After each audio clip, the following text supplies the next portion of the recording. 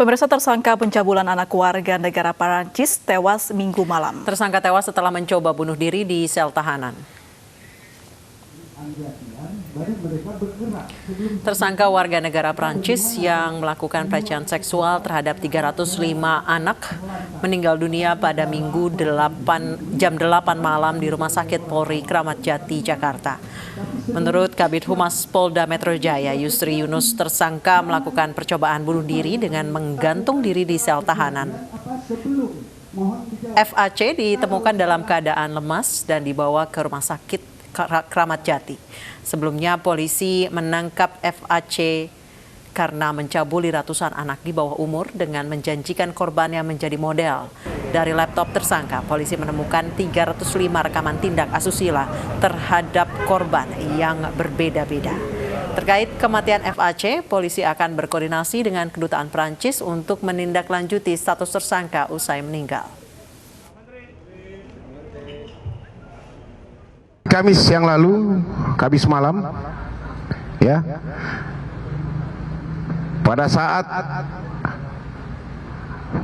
petugas jaga di tahanan, ya, melakukan patroli pengecekan di masing-masing tahanan, di ruang-ruang tahanan yang ada, ya, di masing-masing sel tahanan yang ada, menemukan satu sel yang berisi memang tersangka FAC ini, umur 65 tahun, dalam kondisi terikat lehernya dengan seutas kabel, ya, ada kabel yang terikat tetapi tidak tergantung, berupaya untuk membebankan dengan badan yang berat ini di tembok, berupaya untuk ada percobaan bunuh diri yang dilakukan oleh tersangka FAC, ya, dengan menggunakan kabel yang memang kabel itu sudah ada di dalam sel tahanan cukup tinggi sebenarnya, tetapi dengan tingginya yang bersangkutan bisa meraih dengan menaiki kamar mandi, ya, tembok kamar mandi yang ada. Kalau orang biasa gak akan nyampe, tapi karena dia tinggi dia bisa ambil, kemudian dia lilitkan di lehernya, juga tidak tergantung, berupaya untuk dengan beban badannya, ya, untuk berupaya itu ada percobaan pembunuh diri dalam ini. Tetapi sempat diketahui oleh petugas saat itu juga, ya, dan kemudian dilarikan ke Rumah Sakit Polri Kramat Jati untuk dilakukan perawatan dan tindakan medis. Kurang lebih 3 hari dilakukan perawatan. Tadi malam sekitar pukul 20.00 tersangka tersebut meninggal dunia, ya, meninggal dunia. Tindakan yang sudah kita lakukan adalah pertama melakukan pemeriksaan terhadap petugas jaga, ya, petugas jaga tahanan pada saat itu. Kemudian melakukan rekonstruksi di tempat kejadian untuk mengetahui jalannya peristiwa tersebut, ya. Setelah dilakukan rekonstruksi diketahui memang betul bahwa memang kabel itu sangat tinggi, tidak akan mungkin bisa digapai. Kabel itu adanya di ujung seperti itu, ya, dalam sel tahanan khususnya. Kemudian dia naik ke atas dengan ketinggiannya, dia meloncat, mengambil, menarik kabel tersebut, kemudian itu yang dililitkan. Itu hasil rekonstruksi kita temukan, ya. Nanti akan dijelaskan oleh dokter dari Rumah Sakit Polri bagaimana ini. Kemudian berkoordinasi dengan Kedutaan Prancis dalam hal ini. Jenazah masih ada di rumah sakit, kita sudah berkoordinasi, bahkan rencana hari ini akan ketemu lagi dengan rumah sakit, ya, ya, bagaimana untuk bagaimana tindak lanjut mengenai jenazah tersangka FAC ini. Ini mungkin awal dari saya, teman-teman. Nanti akan dijelaskan dari kedokteran forensik dan juga yang menangani FAC pada saat dilakukan perawatan kurang lebih 3 hari. Demikian dari saya, terima kasih. Assalamualaikum warahmatullahi wabarakatuh. Kita beralih ke informasi lainnya, pemirsa. Jembatan gantung penghubung 2 desa di Kabupaten Bone Bolango, Gorontalo, Minggu petang ambruk diterjang derasnya arus sungai. Debit arus sungai meningkat setelah hujan lebat mengguyur. Dalam hitungan detik, jembatan gantung sepanjang 70 meter ini ambruk dan masuk ke dalam Sungai Bulango. Sebelum ambruk, jembatan gantung yang menghubungkan Desa Bendungan dan Desa Keramat ini kondisinya masih kokoh. Namun pada hari Minggu petang, warga melihat pondasi dan tiang penyangga jembatan di bagian utara bergerak karena tergerus aliran sungai pasca hujan lebat yang mengguyur. Yang bawa jembatan ini, dia jaga bagian air, kemudian tanah yang di atas mulai jatuh perlahan-lahan. Tidak lama kemudian jembatan ambruk. Ambruk ya. Kebetulan tidak ada korban yang... Waktu kejadian tidak ada yang sedang melintas di jembatan. Tapi sebelumnya ada. Peristiwa ambruknya jembatan gantung ini tidak menimbulkan jatuhnya korban jiwa karena beberapa saat sebelum kejadian tidak ada warga yang melintasi jembatan. Akibat peristiwa robohnya jembatan, warga Desa Bendungan dan Desa Keramat memutar cukup jauh untuk menuju wilayah lainnya. Dari Bone Bolango, Gorontalo, Zainal Ahmad, iNews melaporkan. Pemerintah Kota Bekasi, Jawa Barat mengizinkan beberapa sekolah menggelar kegiatan belajar mengajar secara langsung atau tatap muka. Sekolah yang diizinkan adalah sekolah yang menjadi contoh penerapan protokol kesehatan.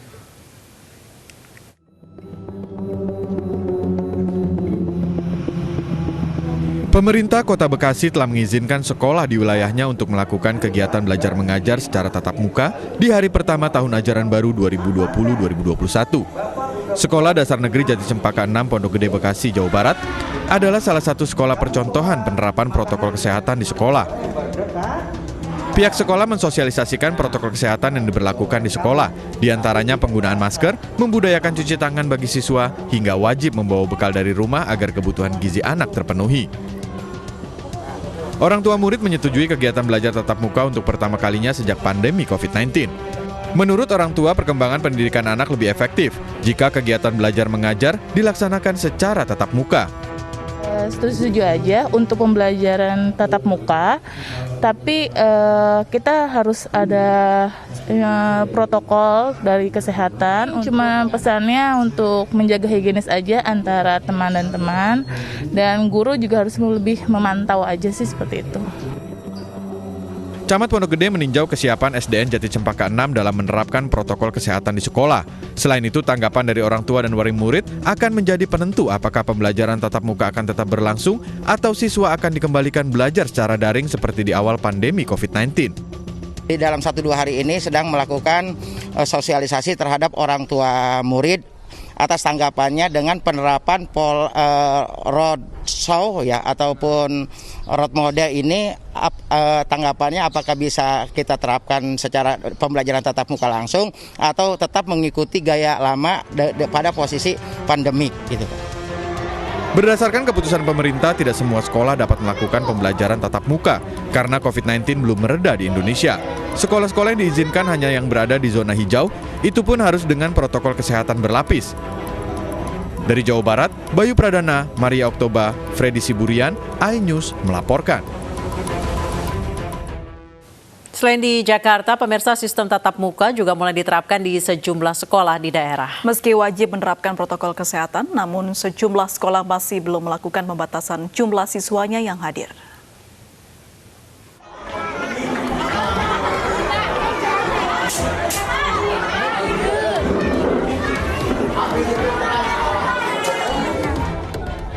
Beginilah suasana hari pertama belajar mengajar di SDN Putra Budaya Subang, Jawa Barat. Sekitar 50 siswa yang seharusnya dibagi 2 kelas malah disatukan oleh pihak sekolah.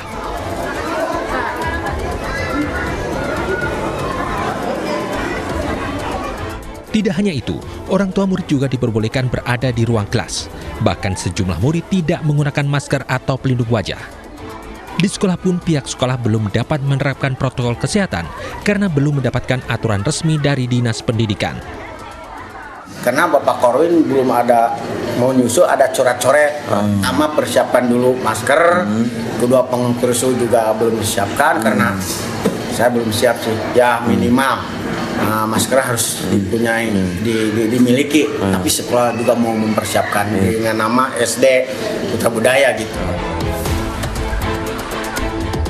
Selain Subang, sistem tatap muka juga berlaku di Sekolah Miftahul Anwar yang berlokasi di Kecamatan Tenjolaya, Kabupaten Bogor, Jawa Barat. Protokol kesehatan pun tidak diterapkan di sekolah ini, mulai dari tidak adanya alat pengatur suhu, pemakaian masker, hingga physical distancing di sekolah. Pihak sekolah beralasan penerapan protokol kesehatan tidak ketat karena hari ini hanya siswa kelas 1 atau murid baru saja yang mulai belajar di kelas.